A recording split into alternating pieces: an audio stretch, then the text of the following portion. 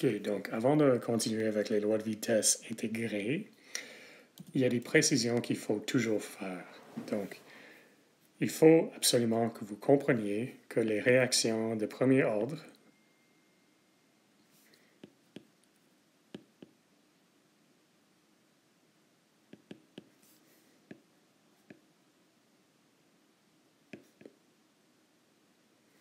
sont beaucoup plus rapides que celles deuxième ordre, troisième ordre, etc.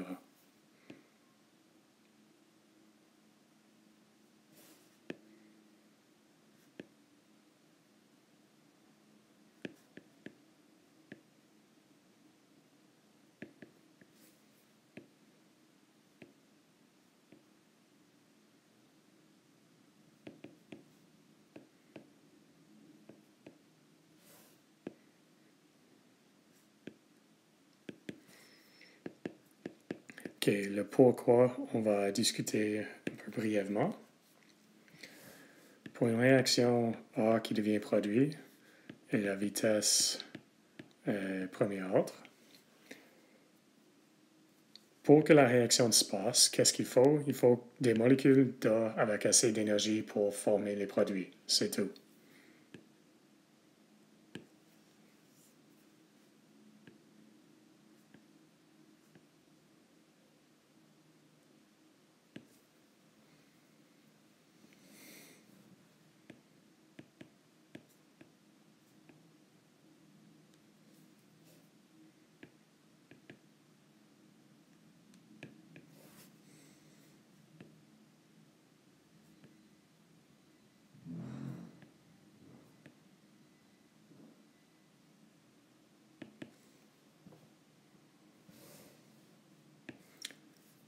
OK, ce sont des molécules. D'où vient cette énergie?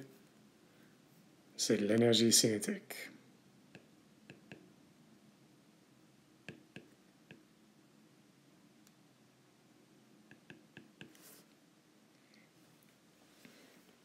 Comment est-ce que la molécule transfère énergie? Par des collisions.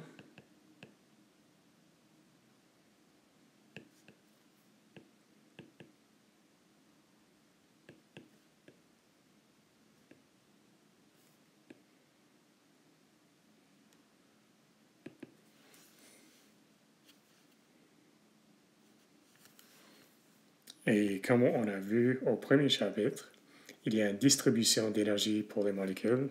C'est la distribution de Maxwell pour les vitesses.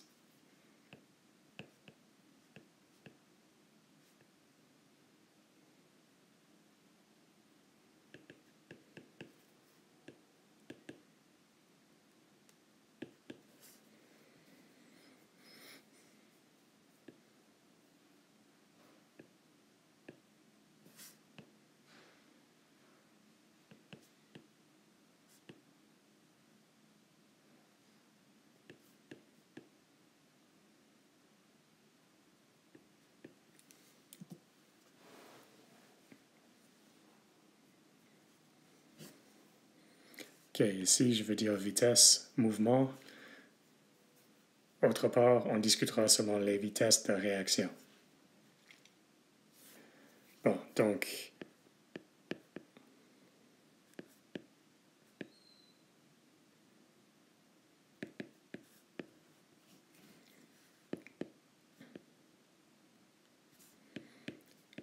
on a, pardon, c'est V. La vitesse dépend seulement du montant de molécules de A qui ont assez d'énergie pour former les produits.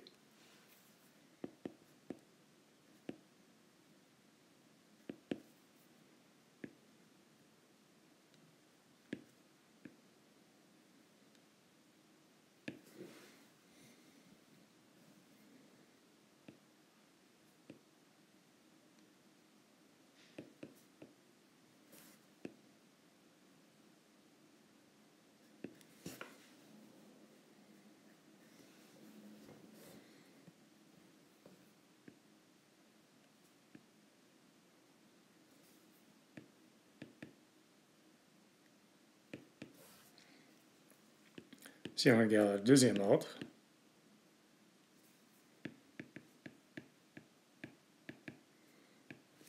Là, la vitesse dépend du concentration de A au carré. On peut interpréter ça comme il faut avoir deux molécules de A en même temps, à la même place, tous les deux avec assez d'énergie. Donc, une des choses que vous appreniez dans la vie, c'est que aussitôt qu'il faut avoir deux choses simultanément, ça devient beaucoup moins rapide et beaucoup plus difficile.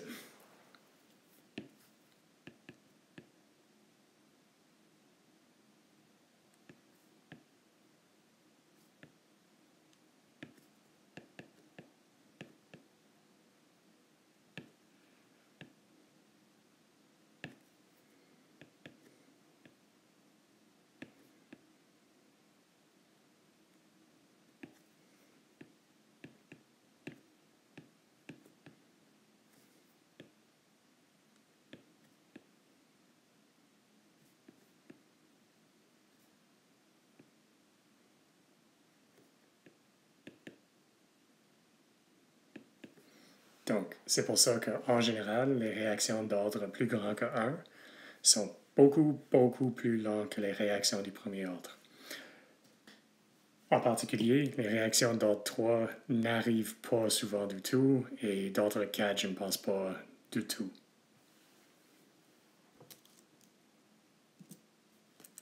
Bon, donc maintenant, on va repasser aux lois de vitesse intégrées. Alors, les cas plus difficiles.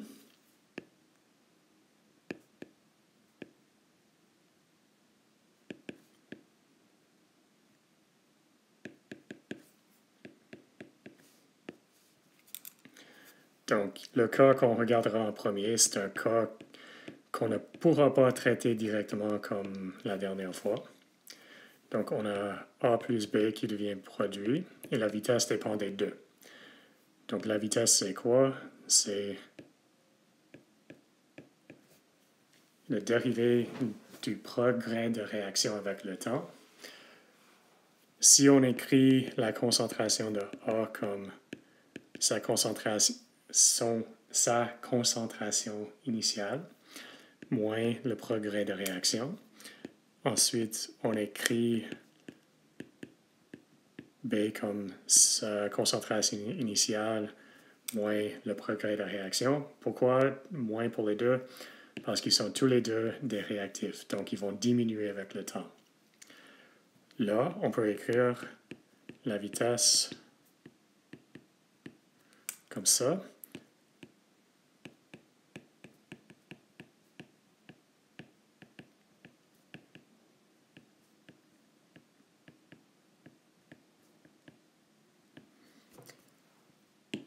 Donc, K c'est un constant, A0 c'est un constant, puis B0 c'est un constant.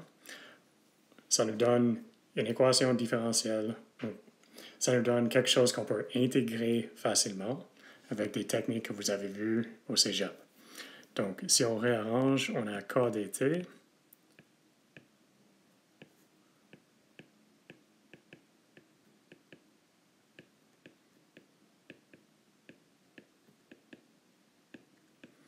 Donc, on peut intégrer les deux côtés. Pour y faire, il faut utiliser ce qu'on appelle les fractions partielles. Si vous n'êtes pas familier, on va le faire rapidement. C'est l'inverse d'additionner des fractions, c'est tout.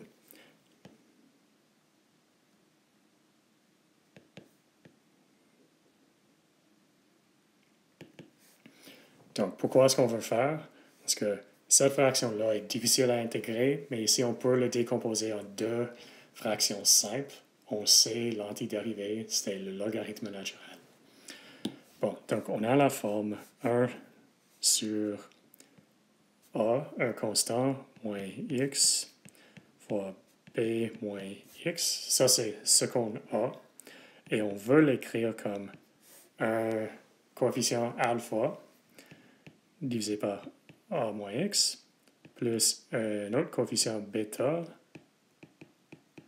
Donc, pour y faire, il faut trouver les coefficients alpha et bêta pour que cette équation-là est respectée.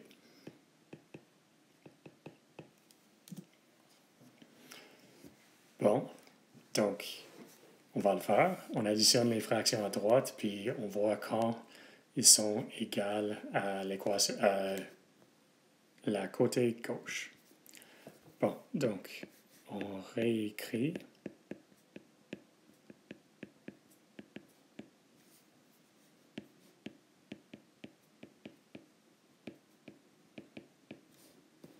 OK, on additionne les fractions à droite.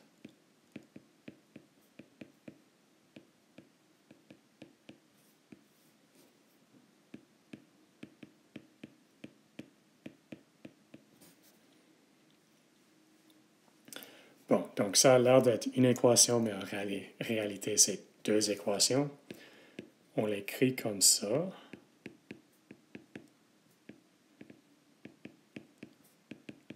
Donc, ça, c'est juste en comparant les numérateurs des deux côtés. C'est une fonction de x et il faut être valide pour toute valeur de x. Donc, on l'écrit comme 1 plus 0x.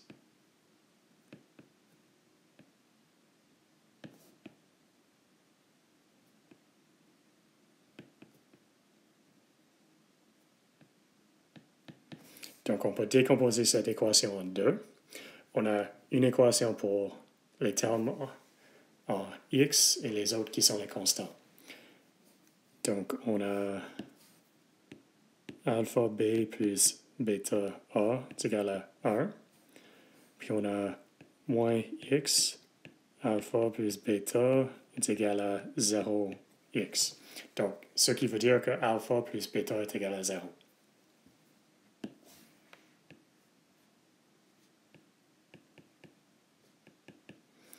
Et on résout assez facilement. Bêta, c'est moins alpha.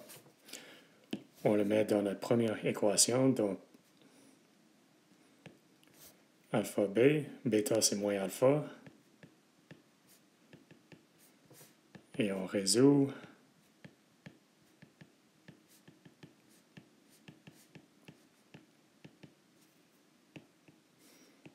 Ensuite, on sait que bêta, c'est moins alpha.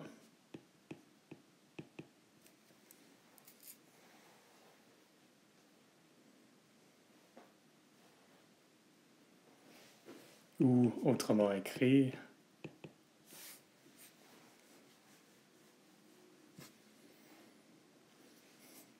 bon, donc ça c'est la procédure des fractions partielles. Le résultat, c'est que la fraction originale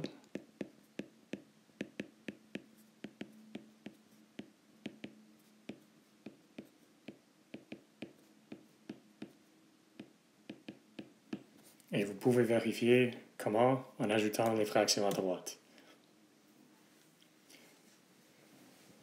Bon, donc il y aura des autres cas que vous allez voir et que vous allez utiliser dans des problèmes, des exercices de cette semaine qui sont un peu plus avancés que d'habitude. Bon, je vous invite à vérifier et ce seront dans les exercices.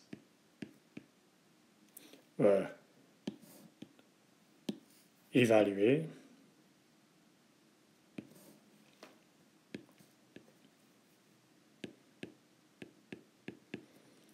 Donc, si on a un facteur qui est répété, ce qui pourra arriver, on essaie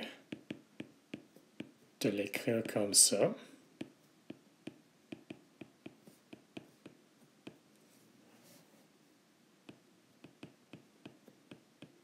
Puis, il faut trouver A, B et C.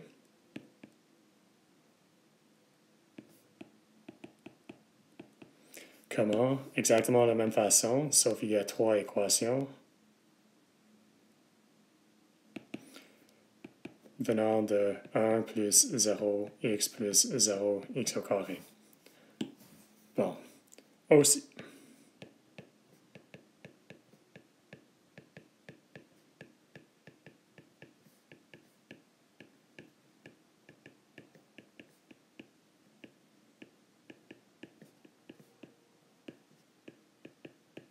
S'il y a trois facteurs différents, ça va de cette manière-là. Encore une fois, ici, il y aura trois équations.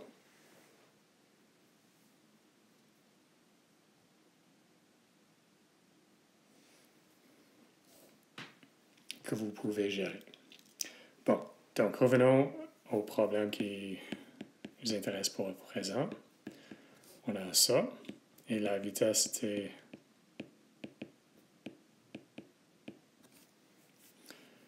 Donc, on avait que...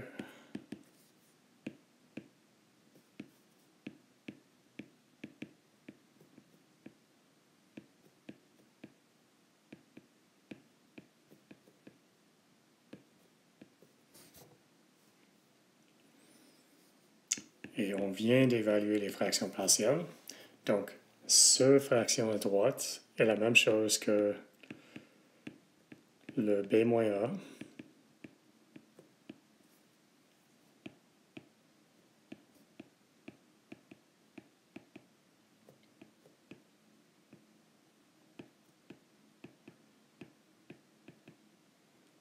Et ça, c'est exactement ce qu'on vient de montrer ici en faisant la substitution.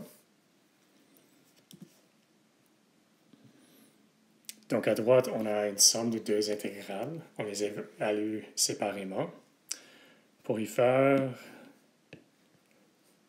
peut-être ça vous aidera si on fait une substitution. Donc, ce qu'on a, c'est de la forme comme ça. Si on fait une substitution,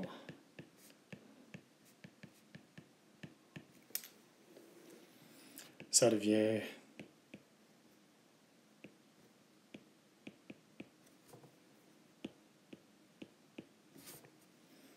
et ça, on sait le résultat. Ah, pardon, c'est pas 0, c'est A. Important parce que le logarithme de 0 n'est pas défini.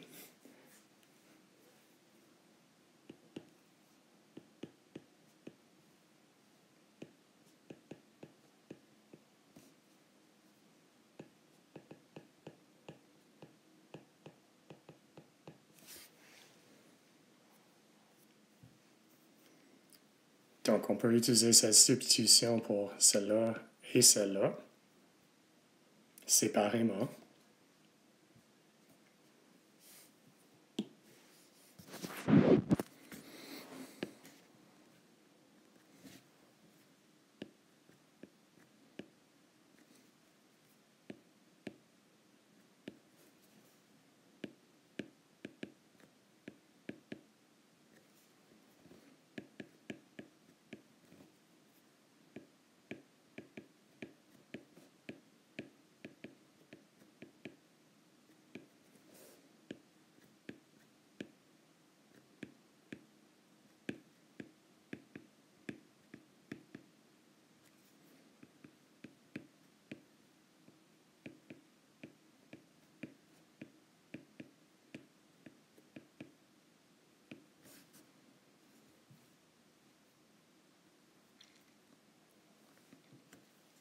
Ensuite, on va utiliser que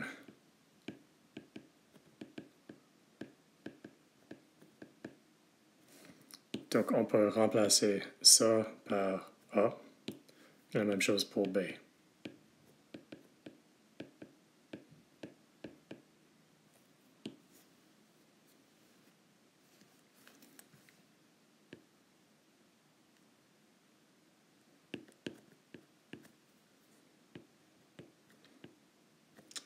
Donc, l'intégrale du grand chose qu'on voulait faire.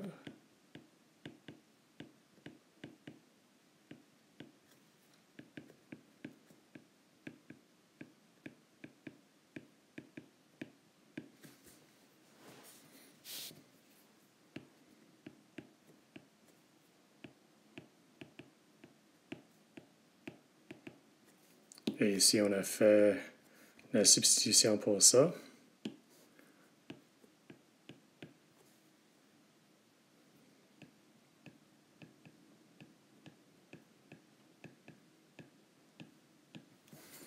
Et là, on a une différence de logarithme, on peut les combiner ensemble.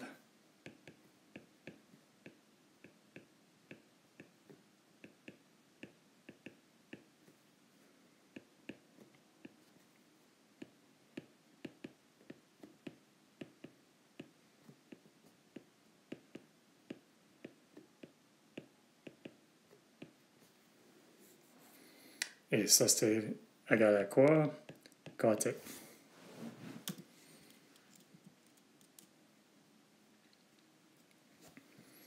Donc, ça, c'est la loi de vitesse.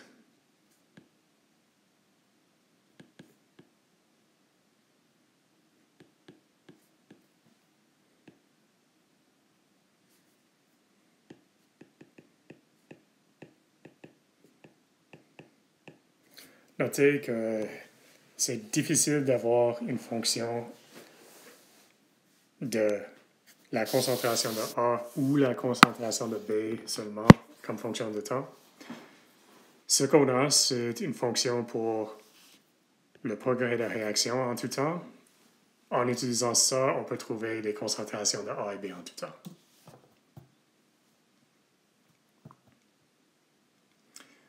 OK, qu'est-ce qui est différent si on a quelque chose un peu différent?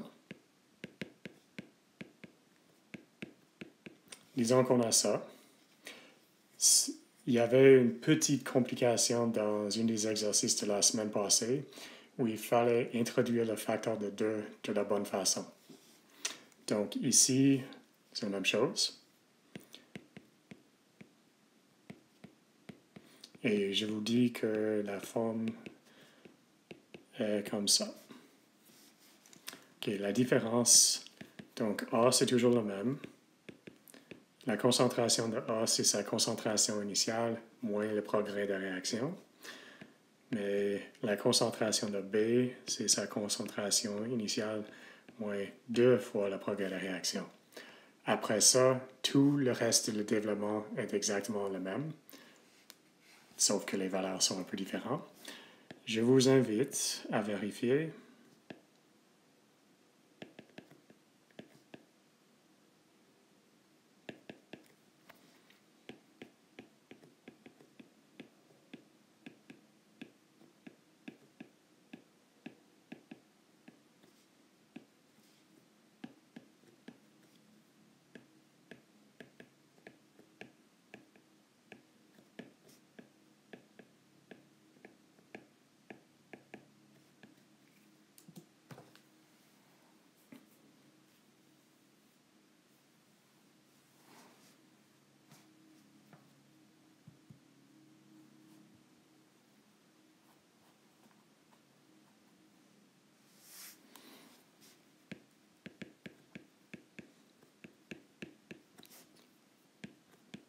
Disons, on a quelque chose de bizarre.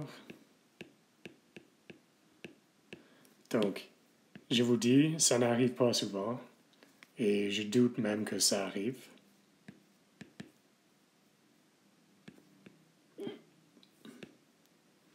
Pourquoi? Parce que c'est une réaction de troisième ordre. Ça n'arrive pas souvent. Cependant, le fond de la solution est pas difficile, et vous pouviez le faire.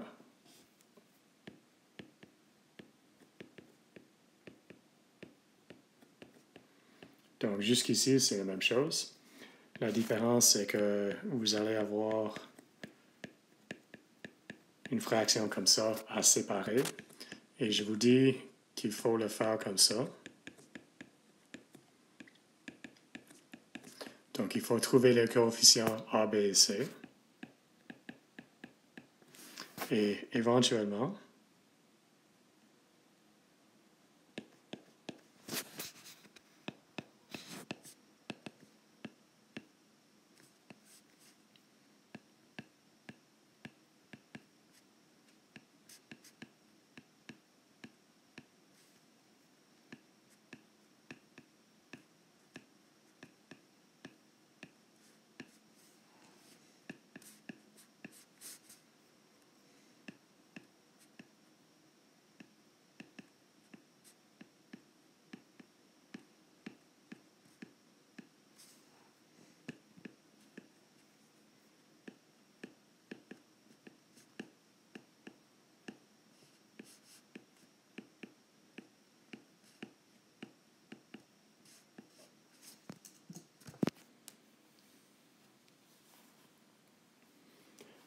bon, il y a un dernier cas comme ça qui s'appelle autocatalyse.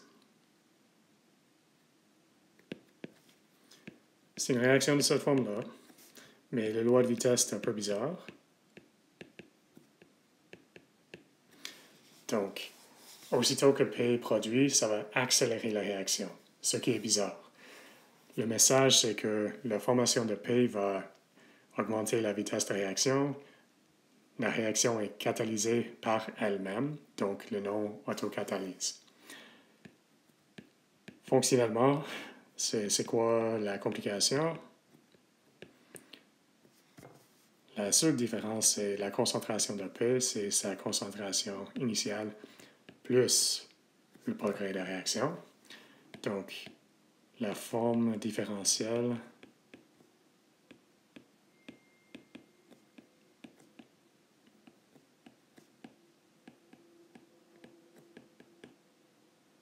est comme ça.